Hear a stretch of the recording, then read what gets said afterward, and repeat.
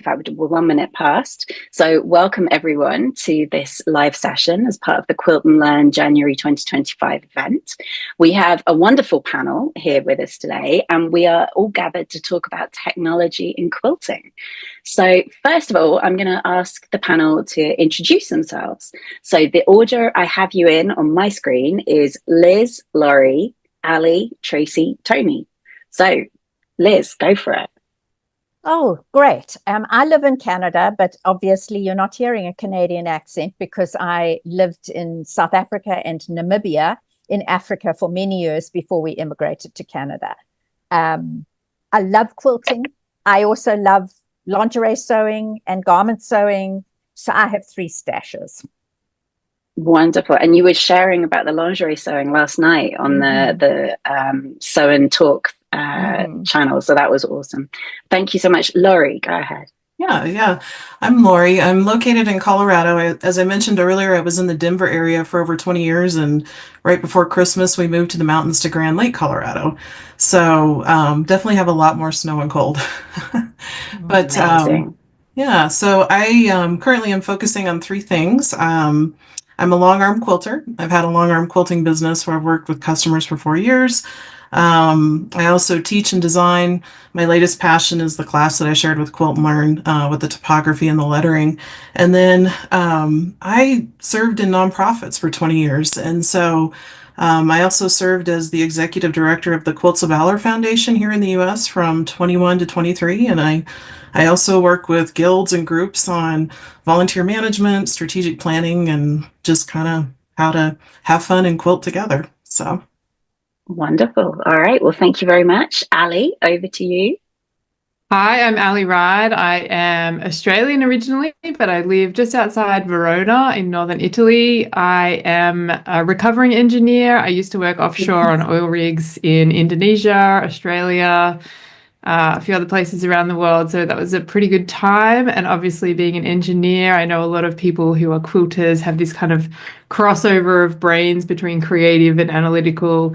And I think that this discussion tonight is going to bring out some of those amazing kind of crossovers as well. It's kind of about how I got into quilting.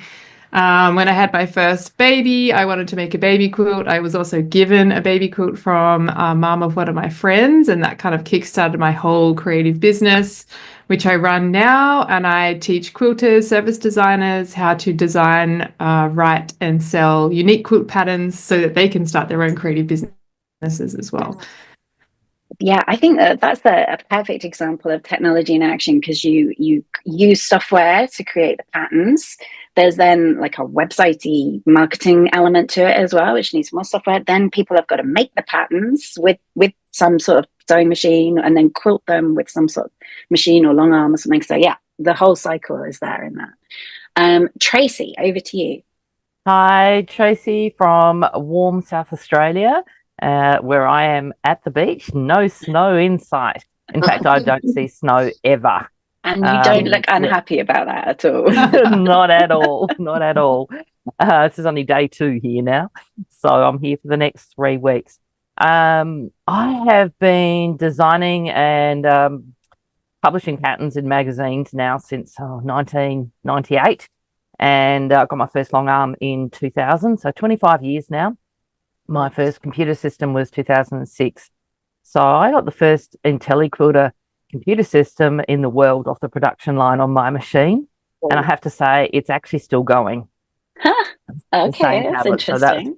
It's slow and I worry every time, but I've never had a computer last that long. So I'm very, very proud of that fact that it is such a robust system that it can.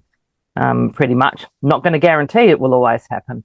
So I've also been the Australian dealer for A1 Long Arms and IntelliQuilter system since 2005 and 6, and therefore installed on all brands, every brand of long arm machine, plus a few that some of the Americans probably have never heard of, that are only here in Australia.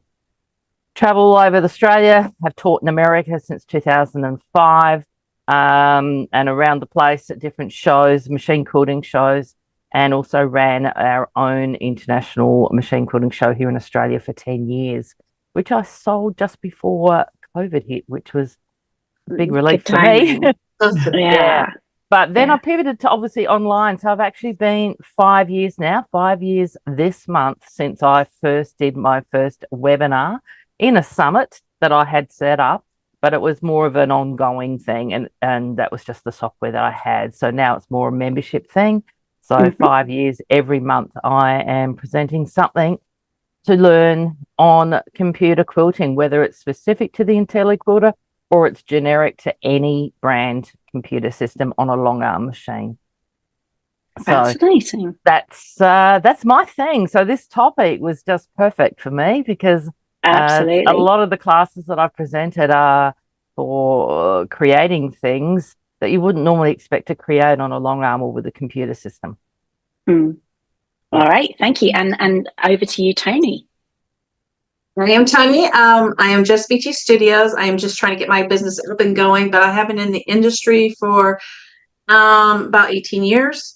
I've owned 2 quilt shops. I currently work at a quilt shop. I also do a lot of marketing for quilt businesses.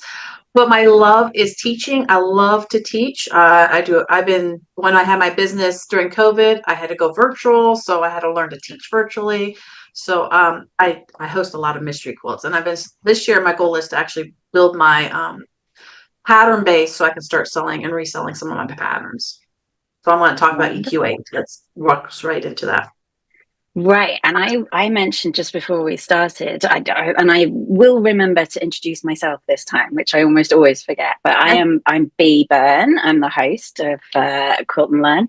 But I just bought EQ8 during the Thanksgiving sales, and haven't got any further than installing it. I installed it and then stalled.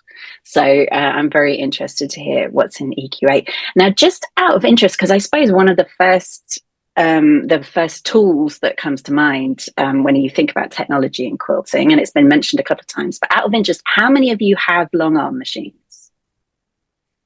I think is it just Laurie and Tracy, I guess? Yes, right.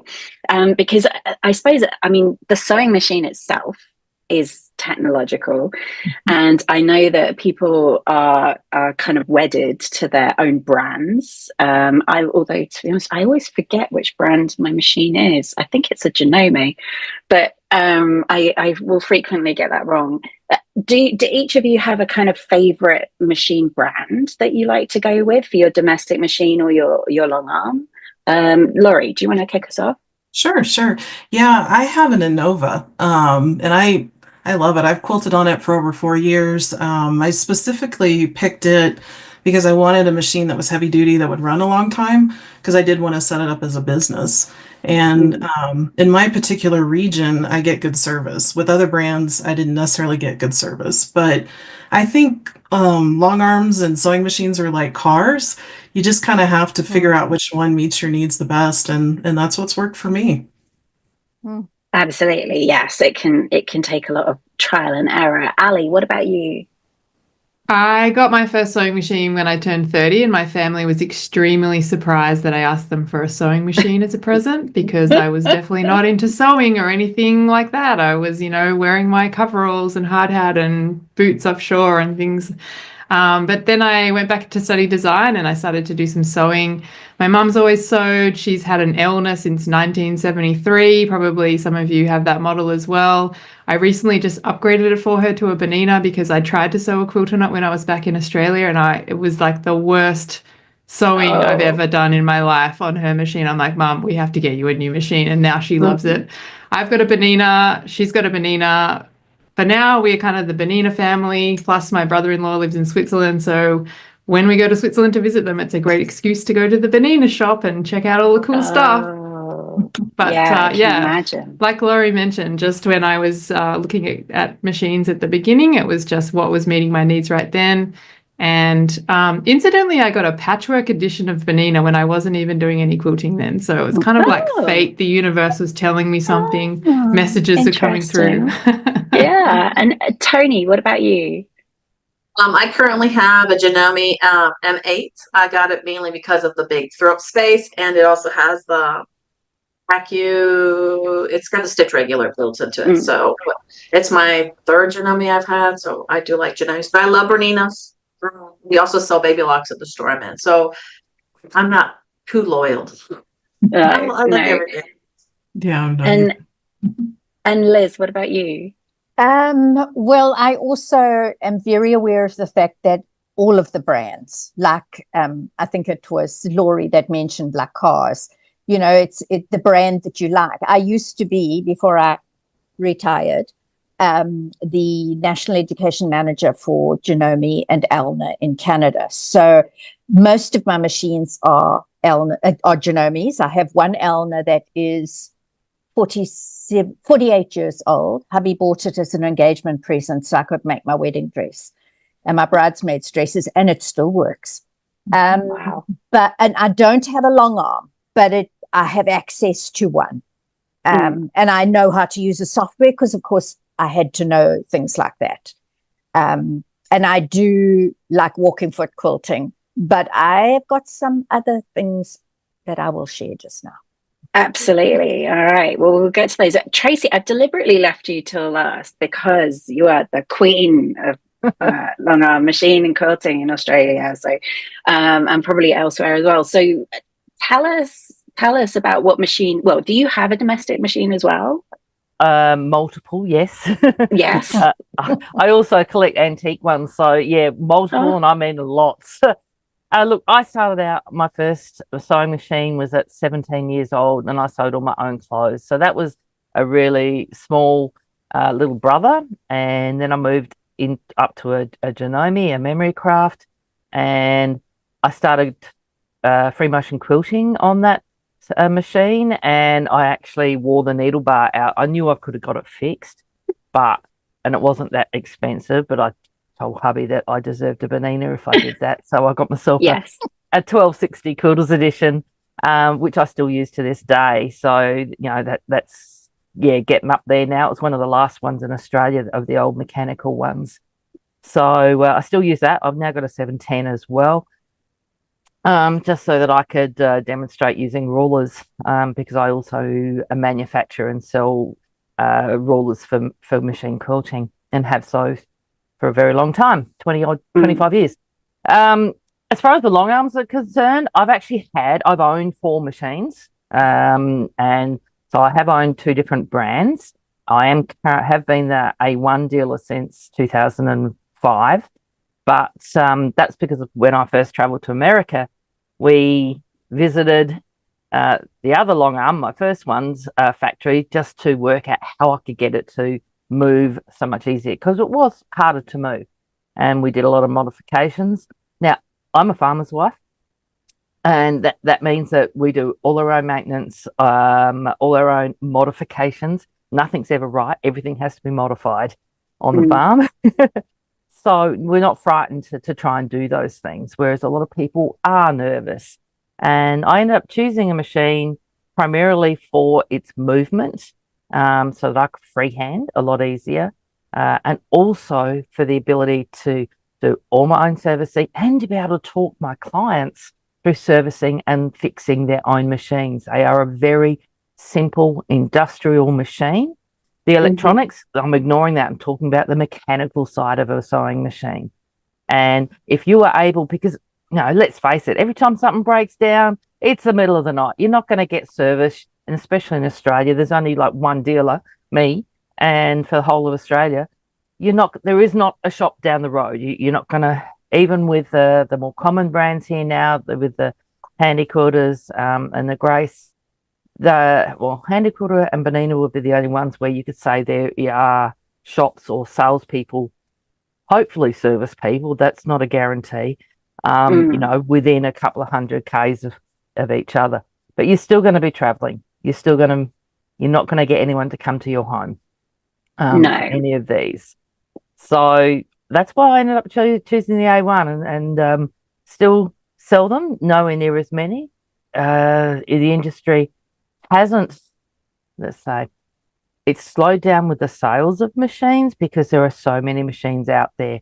The second-hand market is getting there, but you don't very often see an A1 out there. But because I've worked on all the brands, there are pros and cons to all of them, and exactly what was said earlier. You know, over here it was always, you know, it comparing cars is, you know, a Holden seat might fit your butt a little bit better than a Ford seat. And that's really truly what it is. They've all got features and benefits, and you've got to work out which of those are more important for you as an individual. Some may be the ergonomics, some may be the freehand movement, some may be how heavy they are. For me, it was all about being able to service and the movement. I didn't worry about the stitch regulator. The A1's current stitch regulator is beautiful, as are all brands. And we must remember, every single company that produces these machines are always looking to improve, just like with computers, just like with cars. So no matter what you've got, hopefully that company will allow you to upgrade it without having to replace it entirely. Not all of them allow you to do that. And that is probably another feature I would look at when you're looking at different brands, on whether the companies make it easier for their clients to continue using their huge, big, massive machine without having to totally replace it. Absolutely. And they can be massive. Someone was telling me, well, no, I don't know exactly. I won't even try and guess. How big do they go up to, though? 31-inch throat and a 14-foot table is quite standard. 14 foot. That's a standard size, special order, but standard size. Some you can get anything you want if you're prepared. Well, with A1, it's $350 extra US to purpose build your table to the size that you need. So I've had a few, you know, that are 11 foot to fit in a room. They can't fit a 12 or a 14. They've got an 11 or a 10 or whatever. Some of the other brands now, which are not big solid steel tables, you can buy them. So they're a 5 foot with a 2 foot extension. So you get 7, or it'd be a 10 foot with 2 5s together plus a 2 foot extension makes it a 12. But they all come in pieces and you have to join them together. But those really solid industrial ones like the Anova, the A1, the APQS, the Gamel, the Knolting, Prodigy, etc., are all solid tables. They're not connected together like Lego, like some of the others. And I call them the really solid true industrial long arm machines. Fascinating. All right. So going from like huge mechanics to possibly smaller items, Ali, tell us how you use technology when you're quilting in your business. Yeah, sure. So as a designer, you know, I like to start off analog. I've got a lot of notebooks and papers and all kinds of things. I like to start off there. I like to go sketching. I always take a sketchbook around with me, and I look at different pieces of what I can see around. I use a viewfinder a lot of times. It's a little square. You can cut it out of any paper just to capture some quick sketches and things like that. So I always start analog in my design process. But oftentimes trying to like take the inspiration that you see and move it away from that inspiration source, you want to iterate it. And oftentimes that's faster to do, and you can come up with some amazing designs doing that digitally. So I work in Adobe Illustrator. So I generally sketch analog, I come back with some ideas, or I've generated a few ideas, and then I will import those into Illustrator, or I'll recreate them digitally in Illustrator. And then I can really rapidly iterate those designs quickly, and I can recolor them, rotate them, flip them, propagate them and tessellate them in different kinds of ways. And so that's kind of how I use that tool digitally in my design process. And then, of course, developing that design from then on, I use it to calculate all of the fabric requirements that I need for the pattern, as well as, you know, create all the diagrams for the pattern. I also use Adobe InDesign, which is another one of their software tools, to do all of the layout for all of the quilt patterns that I create too. So that's about kind of creating that professional PDF document that then becomes the digital asset that you can use in your business as well. So that's kind of how I use technology. It's like software. I don't have a big machine. I don't have a big space. It's kind of contained. You can do it on your iPad as well, or your tablet if you have one. But yeah, I use it as part of my design process. It starts analog and then I go digital. So it's a nice combination to have those two things. And I think I'm sure a lot of people have heard of Adobe because, of course, like PDF technology is all originally from them. But Adobe Illustrator is one common design tool, but there's also EQ8, which I'm sure people have heard of. Laurie, do you use that yourself?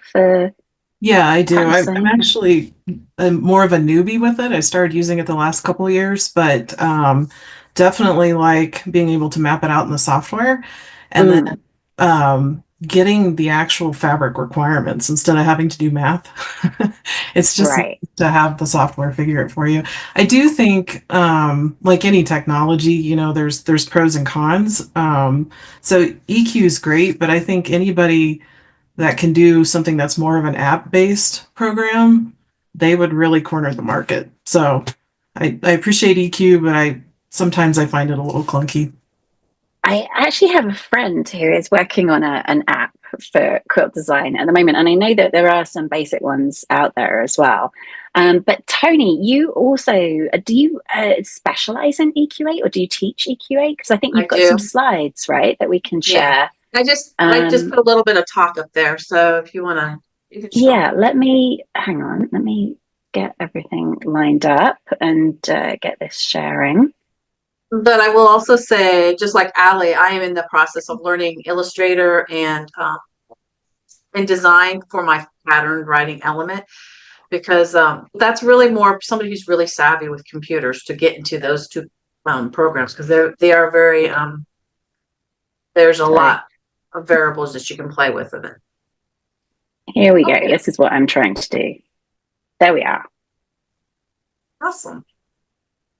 So yeah, EQ8's a program. You can purchase it. You go electronicquilt.com. I am not affiliated with them. I'm not going to get anything from it. I'm just saying I've used it since if you want to go ahead and move to the next slide, it has all my little notes, Hang on, my there we story. go. I've been using it since 2000. So I'm very proficient. I originally had it on 3-inch floppies. You remember back in the day when computer discs I were floppies? I do. When I started my first job, we were all using floppy disks. I think I had 3 floppies to make it run on my computer. So I have used it for a long time. I've watched them grow and make it more user friendly. There is still a learning curve, because if you're not, we're so used to our apps and our phone now poking and moving things easier. There is a learning curve with EQ8.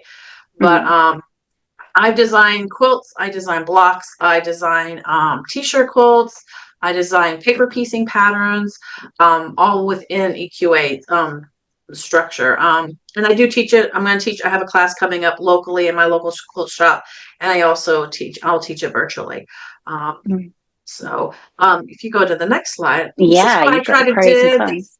Yeah, I try to do this so because the first time people hear about EQ8, the price point is like over $200. It used to be so much cheaper, but things happen.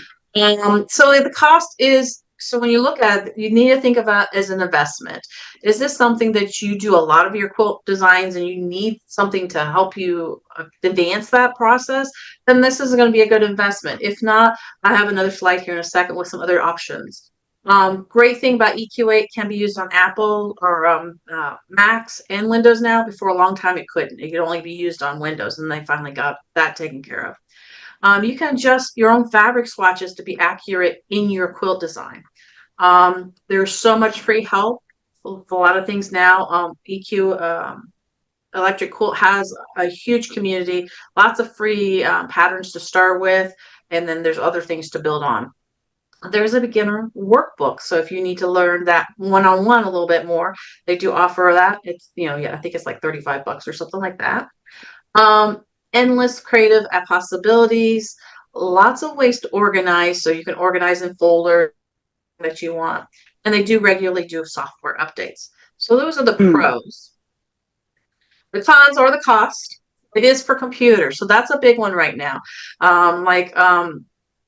Lori was talking about, they kind of limits you because you have to have a computer. You can't do it on your tablet when you're sitting on your couch. So keep that in mind.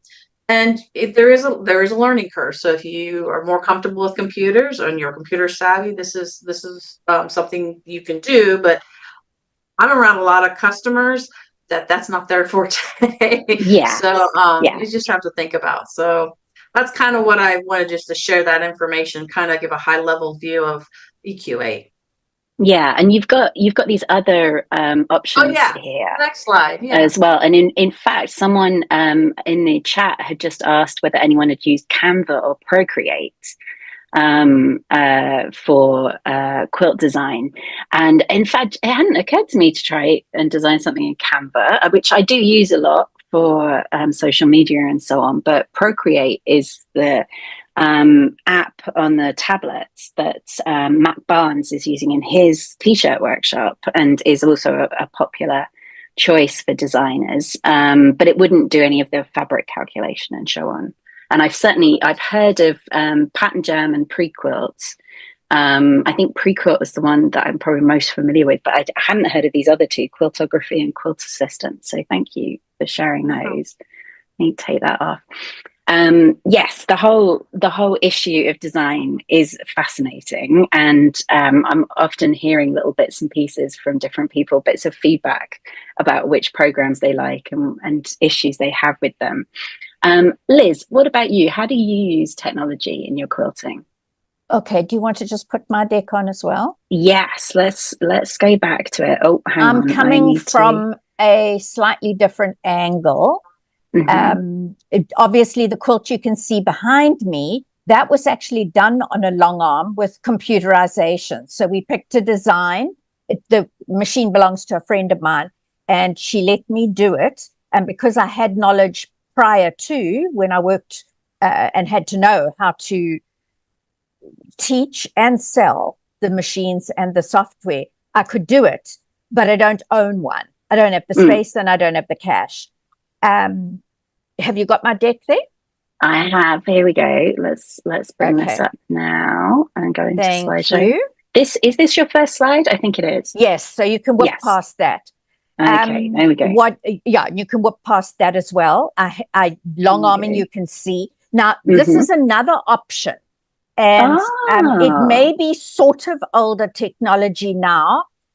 However, I've still got it and it still works brilliantly.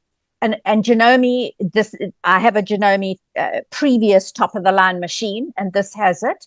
Other brands, I am jolly sure, have this. Maybe not all, but quite a few of them have this, where you can hoop your quilt in a special hoop and then embroider. But in a sense, you are doing quilting on that quilt. So how it works is you've got a hoop that has a space for magnets, and then it has this hard template that you use to push the quilt down into the hoop. Next slide. Sorry, I was fascinated. I was completely forgot what I was doing with the mouse.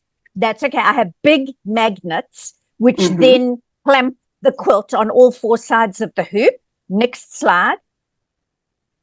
There is my quilt. Now pretend that hasn't already been quilted. You can see the stippling there. So at this stage, this is where I would be to actually take the hard template out. Believe it or not, some people didn't remember to do that before they pushed the stop-start button. All right. Then the picture next to it on the right is showing it doesn't only do stippling. You can bring any quilting design in from, you can buy the quilting design, you can digitize it yourself. This happens to be one that is included in the technology of that particular machine and the system. And if somebody is interested, that hoop is called an AccuFill hoop. Some of you may have this hoop and you've just left it to one side because you don't know how to use it. Trust me, learn. It's really quite cool as an alternative to a computerized long arm. Next slide. There is that quilt in its entirety, and everything on this quilt was done with that hoop. Wow. So, you might think that it's laborious because on a long arm, it's all there. When you're doing it with a hoop, you've got to keep hooping and unhooping. But once you've practiced at it, it's not all that bad. Next slide. And does the stippling kind of match up with itself? Yes. Because I didn't go into too much detail, but you print a paper template And then once you've quilted one piece, you can line it up with the template so that you cannot see where one hooping of stippling starts and where it ends. They all merge together. And so, I guess you can probably do other designs as well. Absolutely. So you can go past that. That just happened to be another one I did. This quilt, I picked up the top at a free table at a guild. And then when we got the AccuFill hoop, I quilted this, and it actually involved 35 hoopings. And that might make somebody stand back and say, no way, I'm not ever doing that. But each hooping was only 4 minutes.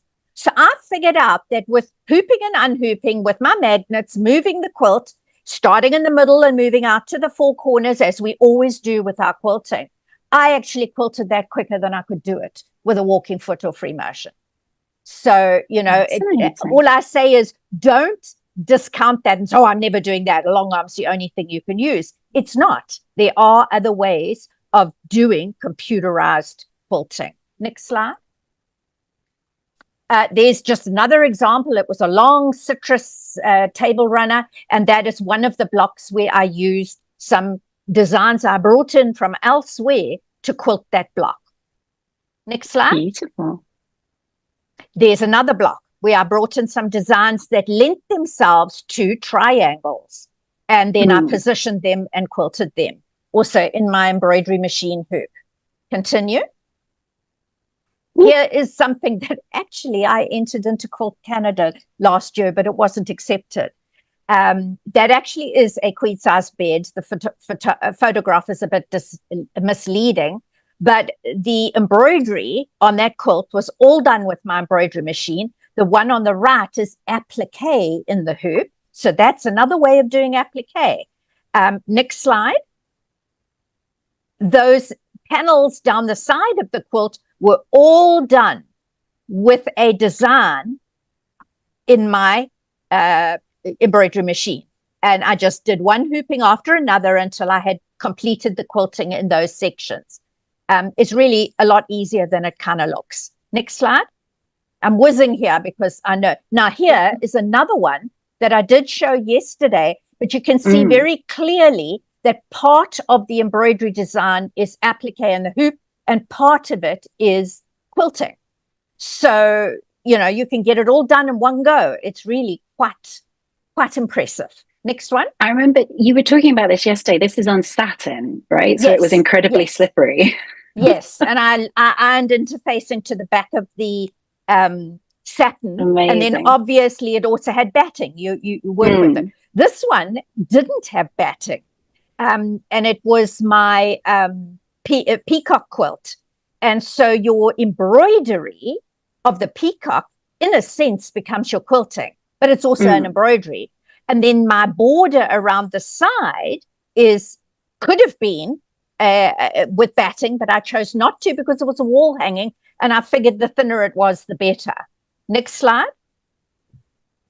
Okay, now this one is something slightly different. I also own a digital cutter.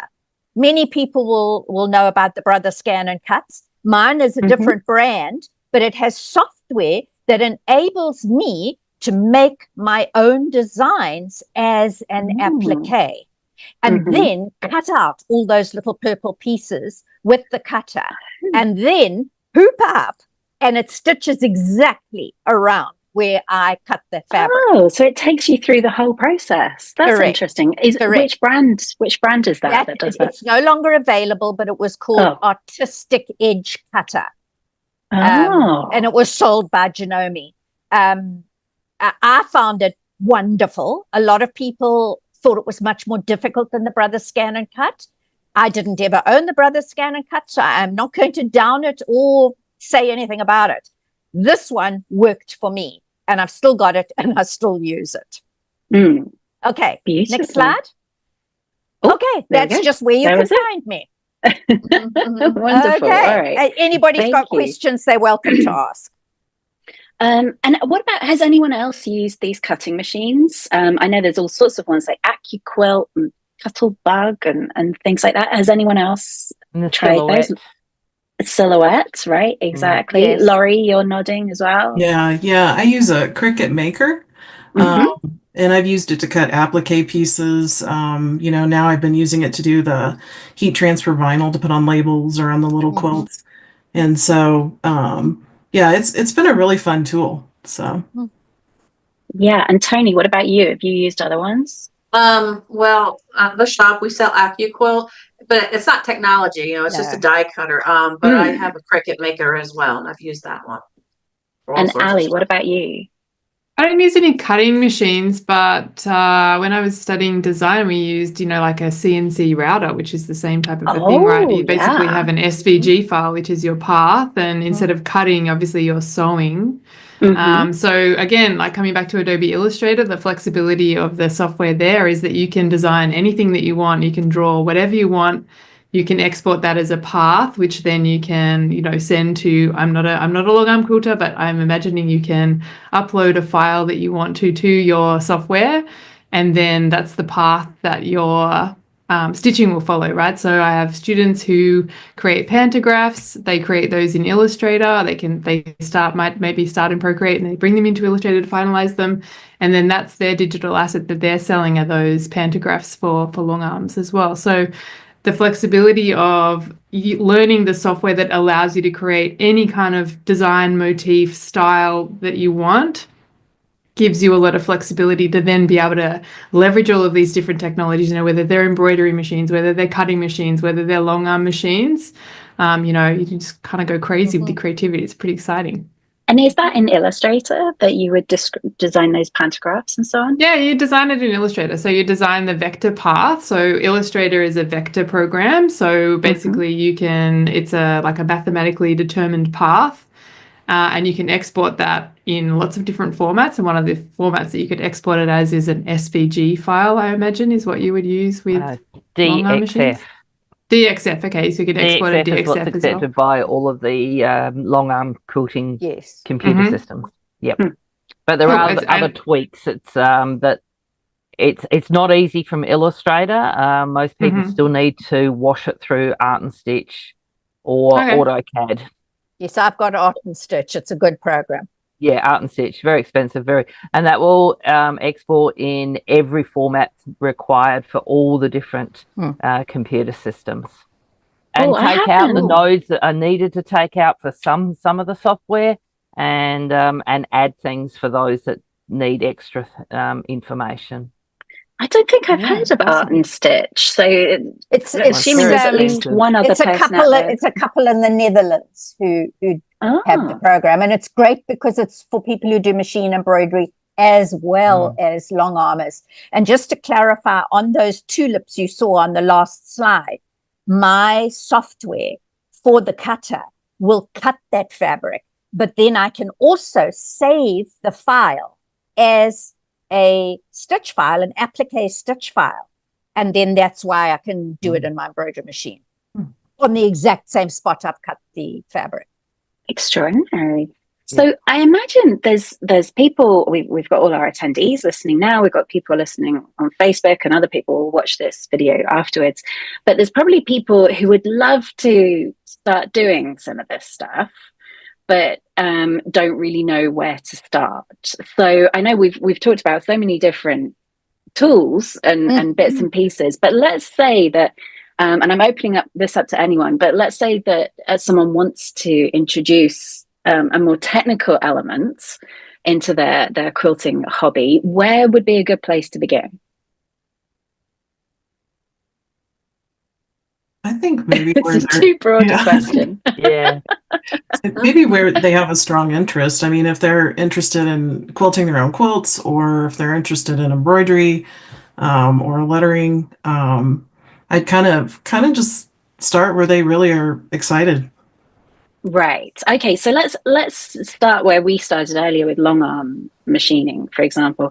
I am the kind of person that's always thinking, oh, wouldn't it be wonderful to have a long arm? And I don't have the space, never mind the money, or possibly not even the need for it, to be honest. But like, if someone is thinking about taking a first step to going beyond a domestic machine, I mean, what should they be thinking about? Because I know I've seen ones that are like on wheels somehow, where you're moving your domestic machine around with handles. And that seems like a kind of interim stage Yes. before going full long arm. Look, there are a lot of frames out there where you can put your domestic machine onto a carriage, onto a table, and you can also purchase those tables to fit your space. Again, you can actually, so that your machine is moving over the quilt rather than the quilt moving under the needle, you can still get frames that are hooping your quilt. But then it stays stationary, and that is that middle level to step up to work out whether this is for you. It's a very expensive exercise if you're not sure that you're going to enjoy moving a machine over a quilt rather than the quilt under a needle. I always strongly recommend I've sold hundreds of machines now and computer systems on all brands of long arms. And that's why I started the show out here, the Australian Machine Quilting Festival, is so that you can go around and actually physically feel these machines and have a play on them, understand how they work with you, talk to the dealers, work out the different features and which ones you're more interested in. I had one, at one point, I had this young lady who has got an illness that meant that she could not stand. So a machine that was able to be lowered and you could sit on a saddle stool or some sort of stool for her to be able to, and she needed the easy movement. Mine was the one that comes automatically with hydraulic legs, so you could lift it up and down, sit or stand or change the height at any time to relieve the different muscles that you're using. But those with handles that are fully flexible. But the mid-range they're not so much industrial machines. That they really are a hobby machine that's been stretched, and they're great, and they're getting better and better and better as well. There is absolutely nothing wrong with those. If you're wanting to use them for a commercial business, I would, stretching. Consider. But at the moment, if you're really wanting to get out there into a commercial business, you haven't got the dollars, but you do have the space, look at the second-hand market. Those really, really good, good quality commercial machines, industrial machines, they won't die. 20 years, though, some of the companies now, they're moving faster in upgrading with the electronics, but the mechanics are exactly the same. So a really good second-hand machine is going to get you into business. And a really good second-hand machine with an old stitch regulator that may not be as good as the current stitch regulators purely because technology has improved, you can go put a computer system on that and you're totally computerized. They don't need a stitch regulator. The IntelliQuilter does not need a stitch regulator on the machine. All it needs is a needle positioner so that the needle will stop either up or down. That's all it needs. And you don't need the stitch regulator. My very first machine had no stitch regulator. Didn't exist. I bought it secondhand before stitch regulators were introduced to the market. So now we all think we have to have the biggest and the most latest, but there are a lot of people out there winning awards. Linda Taylor, who is the absolute queen, original machine quilter that actually, I think she won the very first ribbon in Houston for her machine quilting on a non-stitch regulated machine, and actually introduced the quilting world to machine quilting. Prior to that, it was hand quilting or nothing. You remember the age-old argument on what's better and what's real? And then since computer systems and technology has come into play, we have the same argument on whether it's fair and whether it's real quilting. Is it a cheat? Right. In actual fact, it so is not. I can look at a show, I can tell you which is a good computerized quilted quilt and which is a bad one. It all comes down to the skill of the operator. Absolutely. Whether it's freehand or whether it's computer or whether it's hand quilted. I've seen some awfully hand quilted quilts. That's true. That's true. I've made some Right? awfully hand quilted quilts. Yeah, ditto.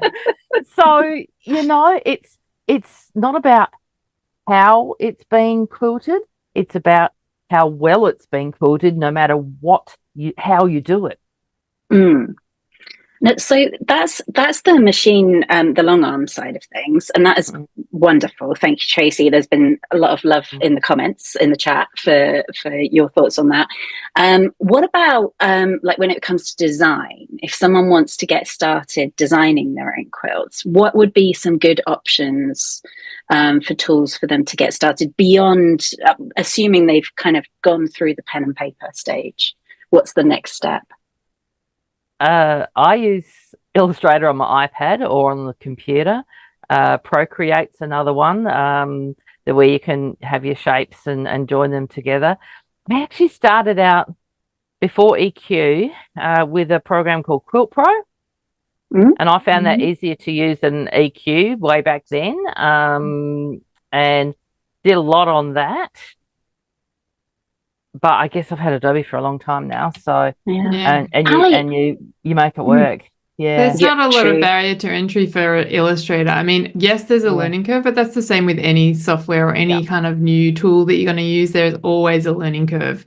So just being aware of that and going into it with the mindset of, okay, well, I'm starting from zero and I'm going to feel like a bit of a weirdo here because I don't know how to click the mouse properly anymore. All of a sudden it's different in Illustrator, but just being okay with that and just getting started. Adobe has a free trial. You can just buy one of their software packages for a fairly reasonable price, and it's a monthly kind of an agreement as well. So you can figure that out. And really everything that I teach my students or tell my students when they're starting Illustrator with me is you have just got to get in there and try it. You've got to play around and figure it out. There's no other way to learn any software. I've learned many software programs, and the only way to do it is by doing it. Like you have to get in there and play and make mistakes and figure out how to delete them and make 10 new files because you can't figure out how to erase something from the first file. All of those kinds of mistakes, been there, everyone's been there. Just get in there and have a go. And, maybe even start with the tools that you've got. I think, Liz was talking about what are the tools that you already have available to you. Start with what you've already got. You don't have to rush out and spend money. You don't have to rush out and get whatever else. Just try and figure out, okay, what have I already used? Maybe you used a CAD program once upon a time and you have some kind of CAD knowledge. Go back there, check it out. I mean, whatever you've got already, start with what you've got. Yeah. Adobe Fresco was the free one that I downloaded on my iPad. And I started playing with that long before I ever bought Procreate, which is very, very affordable anyway. Yeah, I think Procreate is something like $10, maybe $12, and it's a one-off cost as well on the tablet. One of the things that I can't remember now whether it was Ali or Laurie mentioned it is that Illustrator will actually calculate the fabric usage for you, which I hadn't heard about. Or no, have I got that wrong? It's EQ will do that. They have a print option and they'll figure out the yardage. So. And one of the things, the criticisms I've heard of EQ is that sometimes it's a little bit off on the yardage. Is that fair to say? And so sometimes there's a little bit of maths still involved. Yeah, I always add a little bit anyways. Of course. Because you never know about variables, and I like a little extra in my stash later. Make a mistake. Absolutely, a slip of the rotary cutter and it's all over. No, absolutely. I feel like people have this fear of the calculating of fabric requirements. The way I think about it is, I mean, we're all pretty visual people, right? I actually use Illustrator. I design at scale, so I design 1-to-1 in Illustrator. And if you do that, then all your calculations are pretty much done for you. You can build all your blocks and then you just select everything and you can tell how big it is. I literally draw a piece of fabric in there, 42 inches wide by however many yards I want it to be. And then I can quickly place all of the pieces on it and calculate how much of the yardage that I need inside the program. So I do a kind of visual calculation method as opposed to like, okay, maths and how many pieces per width of fabric strip and all those kind of things. I do that as well. But you can use Illustrator if you work at a 1-to-1 scale to visually calculate all of your fabric requirements as well, which I find really intuitive as a visual person. And a lot of my students find it very intuitive like that too. Whereas I'm a Wonderful. maths geek and I just use Google Sheets. I do everything on There you go. spreadsheets. Oh, interesting. Yeah, so I Ah, work out, well, how many, rectangles, how many squares, Exactly. and you can just get it to calculate how many you can cut out of a strip, and you can put the formulas in and it pops it all out. I am struggling with this at the moment because I haven't learned how to use my EQA, and I've designed an English paper piecing pattern, which is all different. Well, there's only 3 different shapes, to be honest. I don't want to maximize my difficulty here, but working out the fabric requirements when practically everything I make is scrappy. It's, you can't just say to someone, if you're actually selling a pattern, you can't just say get a pile of scraps. You'll probably have enough, don't worry about it. So yeah, you need to be a bit more precise. What about on the machine embroidery side of things, Liz, which you took us through? Like, how would someone get started with that? Okay. If you already have an embroidery machine and you want to get into using it to quilt your quilts, what I would suggest you do is either go to your brand dealer and have a chat with them, or you can go online and Google and go to Facebook and search for groups. There's a group for just about every single activity and like or dislike on the planet. So true. You've got to be careful sometimes. And you will find some group that it will meet your needs and answer your questions. And I think, like what Tracy said, I don't think you should rush out and buy something super expensive. For example, I knew that I couldn't afford a long arm and I didn't have the space for it. So what did I do? I bought a sit-down quilter, but you're still moving the quilt as opposed to the machine moving. And so, you know what? It just didn't work for me. So I eventually sold it. I didn't lose too much money, but the point is, don't buy equipment that you may have sitting there gathering dust. Do your homework and ask a gazillion questions before you make up your mind. Yeah, I think that's excellent advice. And I've certainly been guilty of a couple of impulse purchases in the past. Lastly, just what about cutting machines that we've talked about? If someone wants to get started with one of those, what would people recommend? I would recommend the same thing. Google it and get a bunch of names of digital cutters that, and research what each one's doing until you know what you're actually looking for, and then make your decision from there. And there are digital cutting groups on Facebook too. Yes. I have heard of at least one guild that had bought, I think it was AccuQuilts, and then people could cut pieces at guild meetings and use it as a guild resource. Yeah, a lot of guilds definitely has that. Yeah, I'm not sure how AccuQuilt would feel about that, but whether it's they know. I'm sure they probably do, and I'm sure it leads to a lot of sales for them as well. But yeah, I think that's a great idea. Or if you know someone that's got a cry cut or something like that, then they could bring it to a meeting one time and have a go. Now, before we close out, is there anything we haven't touched on that really wanted to raise? Because I think we've covered a huge array of topics today, and so I don't think there's anything. Yeah, I was going to say, did you want to show my slides that I put up? Was it this first 2? I think it's about 5, and it just shows when we're talking the long arm computer quilting, it's not just for edge to edge designs either. So right, how creative you can be. And I see also them. and it wasn't just for quilts either. No, absolutely. Yes, some of this is amazing. Here we go. There we are. So this very first one is actually my most recent class that I had on Machine Quilting Academy.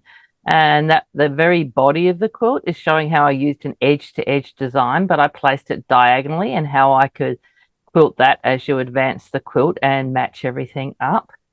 Then that's an amazing quilting design. Yep. So this is very heavily cut. This is entirely done with the IntelliQuilter on my long arm. And I use the tracing features to extend the piecing out into the borders. Place motifs, which most are commonly aware that you can easily place a motif in those borders.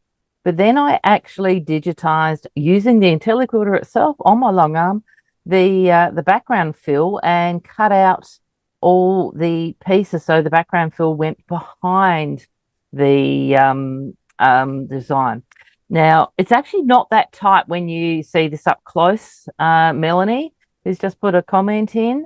It is definitely a custom quilted quilt, but it's a reasonably, I would call it nearly a single bed size for that one. But it was just, so it's not heavily quilted. That background fill, they're a good centimetre apart for those ones. So that is definitely all custom quilted using the computer, the tools that are on there, as well as digitizing that background fill, which is like a I watery love thing. it. My eye keeps landing on different animals in the quilting. Yes, So it was lovely. Yeah. And they're just all commercial patterns, all the different animals, but it was the background fill, the extension of the piecing, and being able to physically stitch a pantograph on the diagonal to suit that piecing to accentuate that. Next slide. Now, this is actually my youngest daughter. Another reason I could use it. She bought this dress to wear at a wedding, and she is quite well endowed. Quite revealing. And it was showing way too much. So this was our workaround, because she ran out of time to go and find another dress. So that is organza, double layer organza, and it was a commercial pattern with a lot of editing to then be able to stitch on this double layer of organza to then insert into this dress to make it a little bit more modest. Beautiful. So, it's come out wonderfully though. So lovely. It did come out really, really nice, and there's no way she would have ever worn that dress if we weren't able to do that bodice inserted in there. So I'm just saying that there are other things that you can make, not just quilts, or using your long arm and your IntelliQuilter or computer system. So next slide. Now, I've also been teaching, there we go.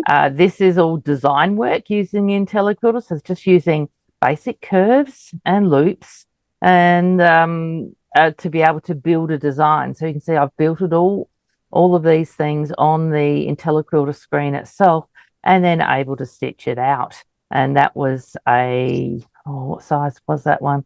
About 45 inches square. So there was definitely done in sections as you advance the quilt, and it's very much possible. I still haven't coloured that quilt. I was planning to do it.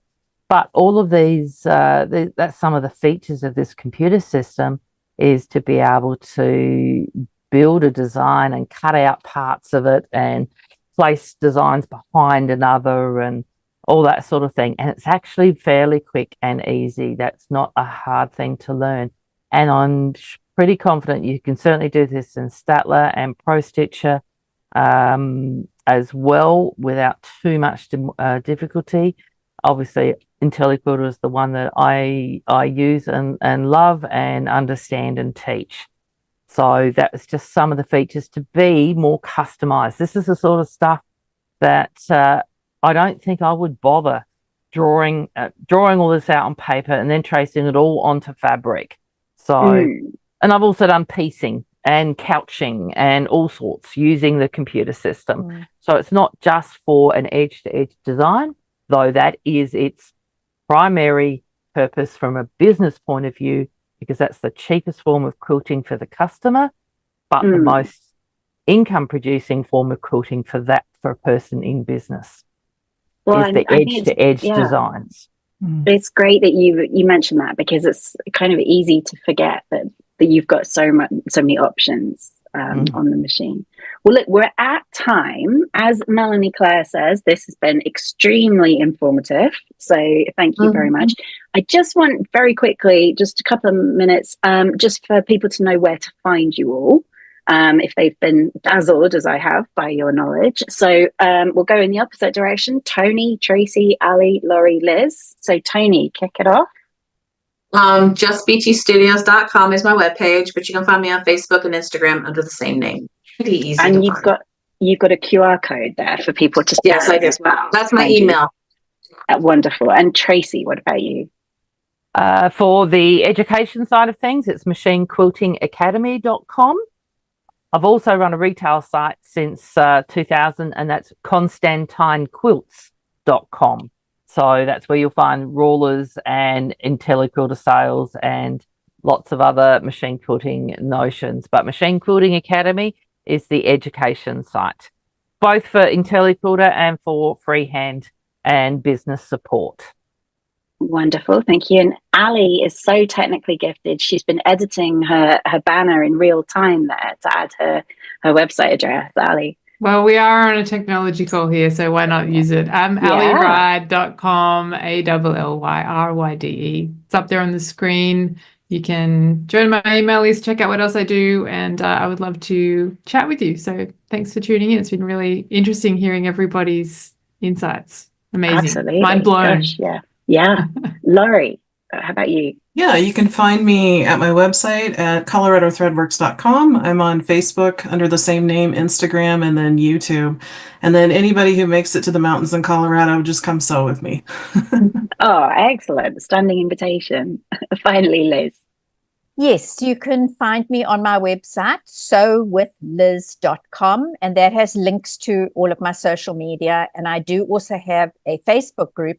You're very welcome to ask me questions. And if anything today didn't make sense, speak up in the Quilt'n'Learn Facebook group, or absolutely reach out to me directly. Either way is fine. All right. Well, thank you all so much. I have learned a huge amount today. I'm sure everyone else has. Thank you for your time and have a great rest of your day. Thank you. Thank you. Bye. Thank you. Bye. Bye.